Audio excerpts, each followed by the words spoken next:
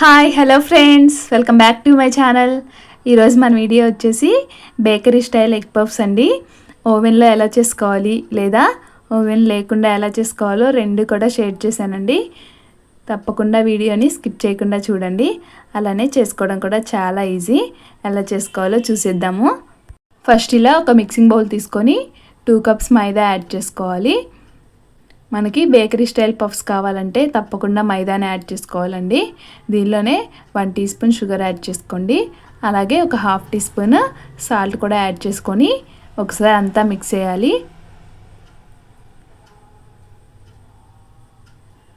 ఇవి చేసుకోవడం చాలా ఈజీ అండి. సేమ్ మనకు బయట కొన్నట్లే వస్తాయి టేస్ట్ కూడా, కాకపోతే కొంచెం ప్రాసెస్ ఉంటుంది. దీనిలోనే ఒక 2 to 3 టేబుల్ స్పూన్స్ ఆయిల్ కూడా అప్లై చేసుకొని ఇలా రబ్ చేస్తూ పిండి మొత్తానికి మంచిగా పట్టించాలి.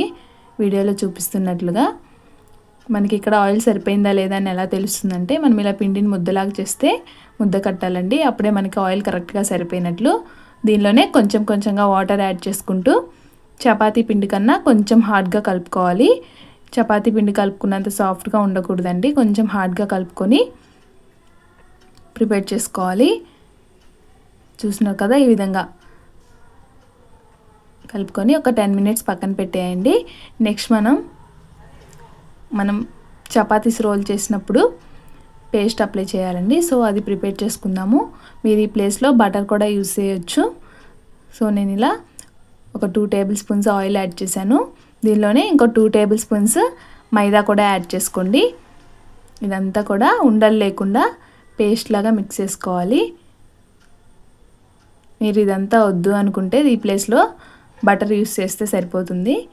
చూసినారు కదా, ఈ విధంగా ఉండలు లేకుండా మిక్స్ చేసుకొని పక్కన పెట్టేయండి. ఈలోగా నేను ఎగ్స్ కూడా బాయిల్కి పెట్టేశాను. నెక్స్ట్ మనం పఫ్స్లోకి కర్రీ ప్రిపేర్ చేసుకుందాము. ఇలా మీడియం సైజ్ ఆనియన్స్ని సన్నగా పొడవుగా కట్ చేసి తీసుకోవాలి.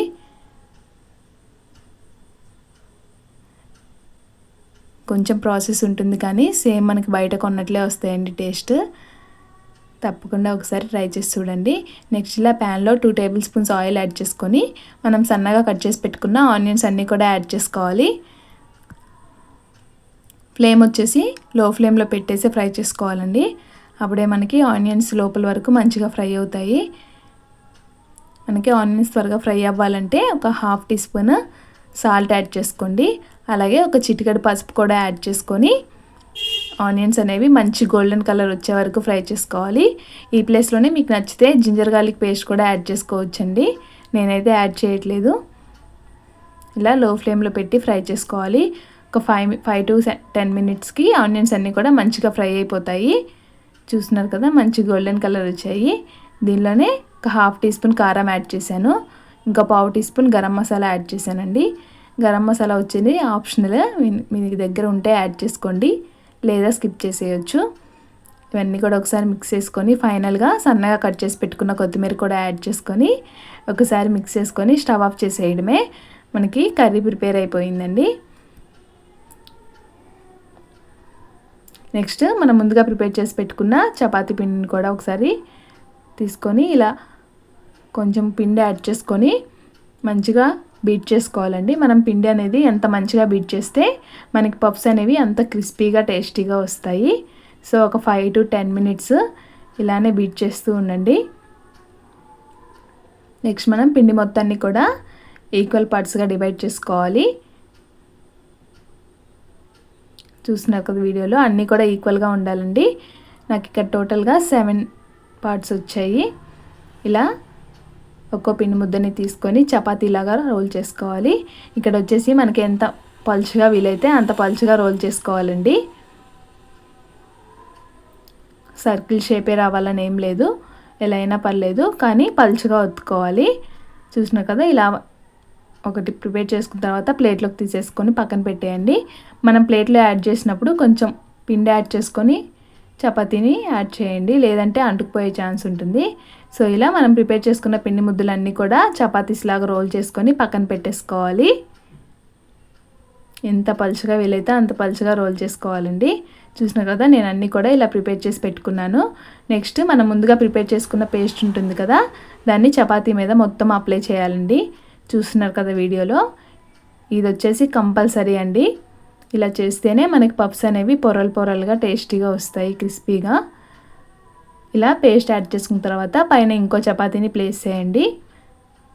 ఇలా సైడ్స్ కొంచెం అడ్జస్ట్ చేసుకుంటే సరిపోతుంది. మళ్ళీ ఇంకొంచెం పేస్ట్ని అప్లై చేసుకోవాలి. ఇదనేది మర్చిపోకుండా కంపల్సరీగా అప్లై చేసుకోవాలండి. నెక్స్ట్ దీనిపైన ఇంకో చపాతీని ప్లేస్ చేసుకోవాలి. ఇలా టోటల్గా మనకి 7 చపాతీస్ అయ్యాయండి. నేను అన్నీ ప్లేస్ చేసుకున్నాను. మనం ఇలా యాడ్ చేసుకోవడం వల్ల పఫ్స్ అనేవి మనకి పొరలు పొరలుగా క్రిస్పీగా వస్తాయండి. ఒకసారి ఈ ప్రాసెస్లో ట్రై చేసి చూడండి, మీకు కూడా చాలా బాగా కుదురుతాయి. చూస్తున్నారు కదా, సైడ్స్ అన్నీ కూడా ఇలా అడ్జస్ట్ చేసుకుంటే సరిపోతుంది. ప్రతి చపాతీని ప్లేస్ చేసేటప్పుడు ఇలా పేస్ట్ని అప్లై చేసుకోవడం అస్సలు మర్చిపోవద్దు.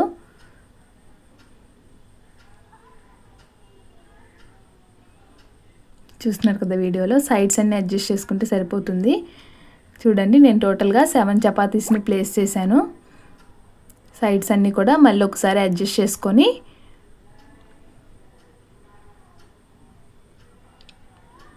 ఇప్పుడు కరెక్ట్ షేప్ రావడం కోసం సైడ్స్ అన్నీ కూడా కట్ చేసుకోండి. స్క్వేర్ షేప్లో కానీ లేదా రెక్టాంగిల్ షేప్లో కానీ ఈ విధంగా కట్ చేసుకొని ఎక్స్ట్రాస్ అన్నీ తీసేయాలి. వీటిని మనం మళ్ళీ రీయూజ్ చేసుకోవచ్చండి.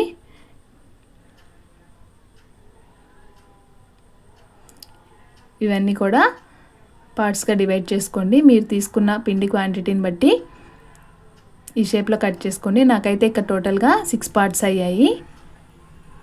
చూస్తున్నారు కదా, మళ్ళీ కొంచెం పిండి యాడ్ చేసుకొని ఈ విధంగా ఒక్కో పార్ట్ తీసుకొని కొంచెం పెద్దగా రోల్ చేసుకోవాలి.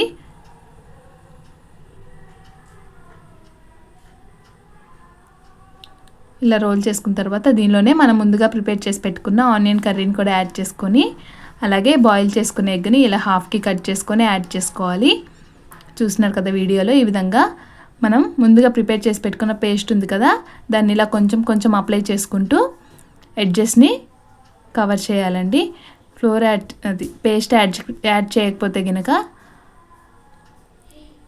ఎడ్జెస్ అనేవి ఫోల్డ్ అవ్వండి. ఫోల్డింగ్ సరిగా ఉండాలి, లేదంటే మనం ఆయిల్లో కానీ డీప్ ఫ్రై చేసినప్పుడు ఎడ్జెస్ అనేవి విడిపోతున్నాయి. సో పేస్ట్ అప్లై చేసుకొని ఎడ్జెస్ కవర్ చేసేయండి. చూసినా కదా, మళ్ళీ అలానే రోల్ చేసుకొని ఆనియన్ కర్రీ ఇంకా ఎగ్ ప్లేస్ చేసుకొని ఎడ్జెస్ అన్నీ కూడా కవర్ చేసేయాలి. ఇక్కడ కూడా పేస్ట్ అప్లై చేయడం అస్సలు మర్చిపోవద్దండి. అన్నీ కూడా ఈ విధంగా ప్రిపేర్ చేసుకొని పక్కన పెట్టేయండి. చూస్తున్నారు కదా ఎంత బాగా వచ్చాయో.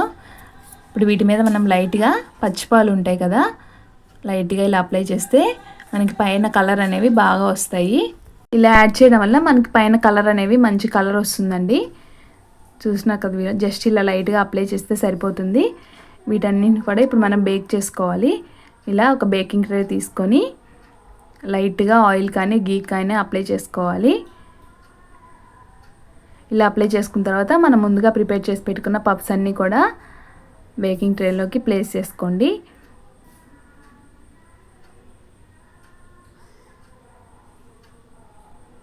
చూస్తున్నారు కదా, అన్నీ కూడా ఈ విధంగా ప్లేస్ చేసుకున్న తర్వాత ఓవెన్ని ఒక 10 మినిట్స్ ప్రీహీట్ చేసుకోవాలండి. తర్వాత మనం కన్వెక్షన్ మోడ్ ఆన్ చేసుకొని ఒక 20 మినిట్స్ బేక్ చేసుకుంటే సరిపోతుంది. చెప్పాను కదా, ఫస్ట్ ఒక 10 మినిట్స్ ప్రీహీట్ చేసుకొని నెక్స్ట్ కన్వెక్షన్ మోడ్ ఆన్ చేసుకొని ఒక 180 డిగ్రీస్ దగ్గర 25 మినిట్స్ బేక్ చేసుకుంటే సరిపోతుందండి. 20 to 25 మినిట్స్ బేక్ చేసుకుంటే సరిపోతుంది. చూస్తున్నారు కదా, మన పఫ్స్ అనేవి బేక్ అవుతున్నాయి. మీ దగ్గర ఓవెన్ లేకపోతే కనుక సేమ్ ఇదే మనం ప్రిపేర్ చేసుకున్న పఫ్స్ అన్నిటిని కూడా డీప్ ఫ్రై చేసుకుంటే సరిపోతుంది. ఆయిల్ యాడ్ చేసుకొని డీప్ ఫ్రై చేసుకున్నా కూడా అలా కూడా చాలా బాగా వస్తాయి. చూస్తున్నారు, నాకైతే 25 to 30 మినిట్స్ పట్టిందండి బేక్ అవ్వడానికి. చాలా మంచిగా బేక్ అయ్యాయి. చూస్తున్నారు కదా, కలర్ కూడా బాగా వచ్చాయి. టేస్ట్ కూడా సేమ్ మనం బయట కొన్నట్లే వచ్చాయండి. చాలా టేస్టీగా ఉన్నాయి. సో ఈ విధంగా మీరు కూడా ఒకసారి ట్రై చేసి చూడండి. మీకు ఎలా వచ్చాయో నాకు కామెంట్ సెక్షన్లో కామెంట్ చేయండి. అలాగే మన ఛానల్ని ఫస్ట్ టైం చూసే వాళ్ళైతే ఒకసారి లైక్ చేసి షేర్ చేసి సబ్స్క్రైబ్ చేసుకోండి.